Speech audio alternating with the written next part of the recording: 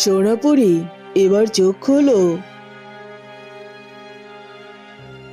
এ কি পরিরানী, এত তাড়াতাড়ি আমাকে চোখ খুলতে বললেন যে? তাহলে কি ফুলপরি তার পরিশক্তি ফিরে পেয়েছে? এ কি পরিরানী, ফুলপরি তো এখনো তার পরিশক্তি ফিরে পায়নি। তার তো এখন পর্যন্ত পাখাও গজায়নি। সোনাপুরি, ধৈর্য ধরো, আর সামান্য কিছুটা সময় পরেই ফুলপরি তার সব পরিশক্তি ফিরে পাবে। তার পাখা পরিপূর্ণভাবে গজাতে শুরু করবে। আমাদের ইতিমধ্যে ফুলপরিকে পরিশক্তিতে রূপান্তরিত করার প্রথম ধাপের কাজ সম্পূর্ণ হয়েছে। এবার আমাকে পরবর্তী এবং চূড়ান্ত ধাপের কাজটি সম্পূর্ণ করতে হবে, আর তারপরে ফুলপরি পরিপূর্ণভাবে তার পাখা গজাতে সক্ষম হবে এবং সে পরিপূর্ণভাবে তার পরিশক্তিও ফিরে পাবে। ও আচ্ছা, আসলে আসলে পরিরানী, আমি কখনো কাউকে মানুষ রূপ থেকে এইভাবে পরিতে রূপান্তরিত হতে দেখিনি, তাই আর কি একটু অবাক হয়ে গিয়েছিলাম। যাই হোক, আপনি আমাকে ক্ষমা করবেন। এবার তাহলে আপনি আপনার চূড়ান্ত কাজ শুরু করুন। হ্যাঁ, আমি আমার চূড়ান্ত কাজ শুরু করব, কিন্তু তার আগে তোমাকে এখান থেকেই কক্ষের বাইরে যেতে হবে, আর এই কাজটা শুধুমাত্র আমাকে এখানে একা থেকে করতে হবে। এরপর সোনাপরি সেখান থেকে চলে যায়। ফুলপরি, তুমি একটিবারের জন্য কিন্তু তোমার চোখ খুলবে না। তুমি এখন চূড়ান্ত পর্যায়ে আছো, আর এখন আমি তোমার উপর শক্তি প্রয়োগ করব, আর সাথে সাথে তুমি তোমার সব পরিশক্তি ফিরে পাবে আর পরিপূর্ণভাবে তোমার ডানা গজাতে শুরু করে দেবে। তাই বলছি, কোনোভাবে ভুলেও একটিবারের জন্য তোমার চোখ খুলবে না।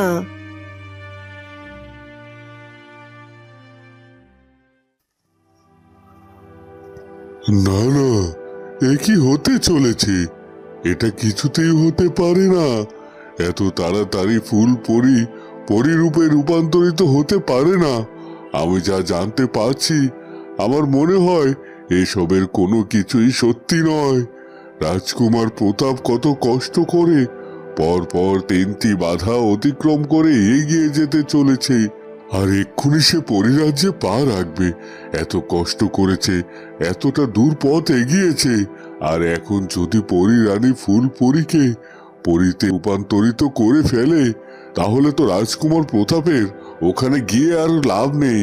সে তো কোনোভাবে ফুলপরিকে তার কাছে ফিরিয়ে আনতে পারবে না। আজ আমার রাজকুমারের জন্য ভীষণ কষ্ট হচ্ছে। হে বিধাতা, তুমি সহায় হও। তুমি রাজকুমার প্রতাপের মনের আশা পূরণ করো, ওকে নিরাশ করো না। ওকে ওর ভালোবাসার ফুলপরিকে ওর কাছে ফিরিয়ে দাও।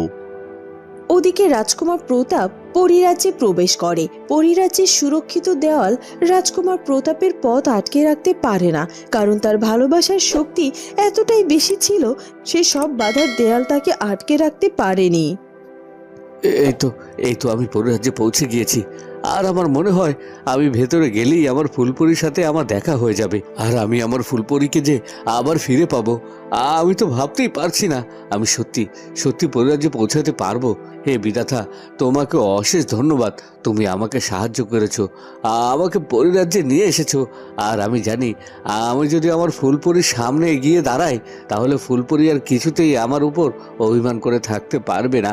আর যখন জানতে পারবে আমি ওকে ভালোবেসে ওকে ফিরিয়ে নিয়ে যাওয়ার জন্য এখানে এসেছি, তাহলে ভীষণ খুশি হবে। তাই আর দেরি করব না, এক্ষুনি আমাকে ভেতরে যেতে হবে। এই কথা বলে রাজকুমার প্রতাপ এগিয়ে যেতে থাকে।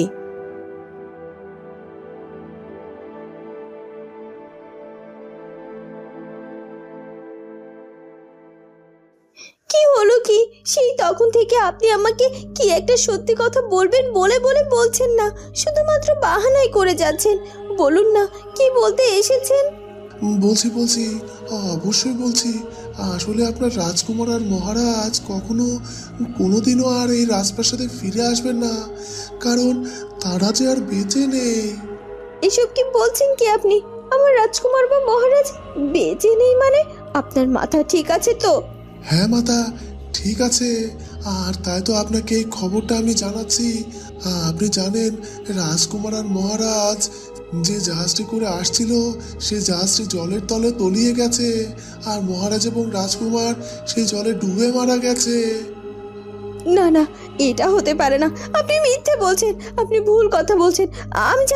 আমি জানি আমাকে ইচ্ছে করে সব মিথ্যে সাজিয়ে বলছেন। আপনি জানেন আপনি এই মিথ্যে বলার অপরাধে আপনার কি অবস্থা হতে পারে। তখনই রানী আর দাসীও সেখানে চলে আসে।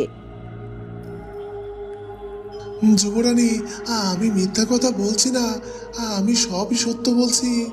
আর আপনার শাশুড়ি মানে এই রাজ্যের রানীমা, উনি এখানে চলে এসেছেন। এখন আপনি আপনি নিজে ওনার কাছে জিজ্ঞাসা করে নিন। আর উনি যদি সত্যি বলে তাহলে আপনি বুঝতে পারবেন আমি মিথ্যা বলছি কি সত্যি বলছি। আমি জানি আপনি মিথ্যে বলছেন। আপনি তো কখনোই রাজ পরিবারে ভালো চাননি, আর তাই মিথ্যে বলে আমাকে কষ্ট দিতে চাইছেন। মা, কি হলো কি মা? বলুন না, ওই মন্ত্রীমশাই যা বললো সেসব কি সত্যি নাকি? সত্যি কি রাজকুমার আর মহারাজের জাহাজটি জলে ডুবে গেছে? রানীমা ফুলকুমারীর কোনো কথার উত্তর না দিয়ে শুধুমাত্র চোখের জল ফেলতে থাকে। এ কি মা, আপনি কেন কাঁদছেন আপনি? আমার কথার কেন উত্তর দিচ্ছেন না?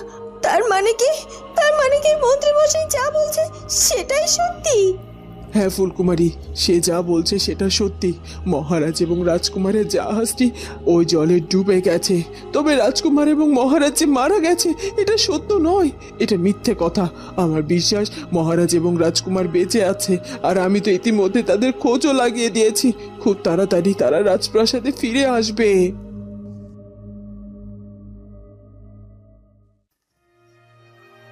ওদিকে পরীরানী তার পরবর্তী এবং চূড়ান্ত ধাপের শক্তি প্রয়োগ করে ফুলপরীর উপর। ফুলপরি, আর কিছুক্ষণের মধ্যেই তোমার পাখা গজাতে শুরু করে দেবে। তুমি আবার পরীতে রূপান্তরিত হয়ে যাবে।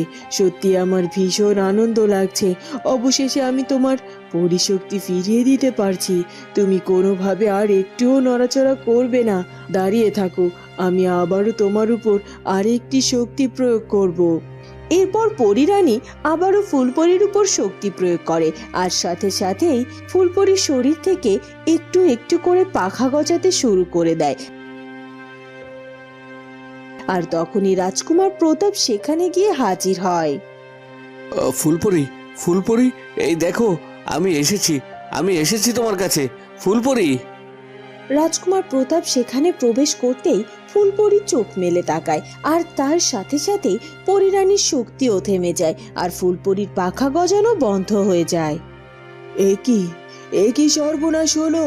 এই সর্বনাশ আটকানো যে আমার পক্ষে আর সম্ভব নয়। ফুলপরি তো অর্ধপরি রূপ ধারণ করলো। সে এখন না কোনো মানবী, না কোনো পরী। এই অবস্থা থেকে ফুলপরিকে আমি কি করে রক্ষা করব? এই যে মহা অঘটন ঘটে গেল। ফুলপরি এক দৃষ্টিতে চেয়ে আছে প্রতাপের উপর, আর সে অর্ধপরি রূপে দাঁড়িয়ে আছে।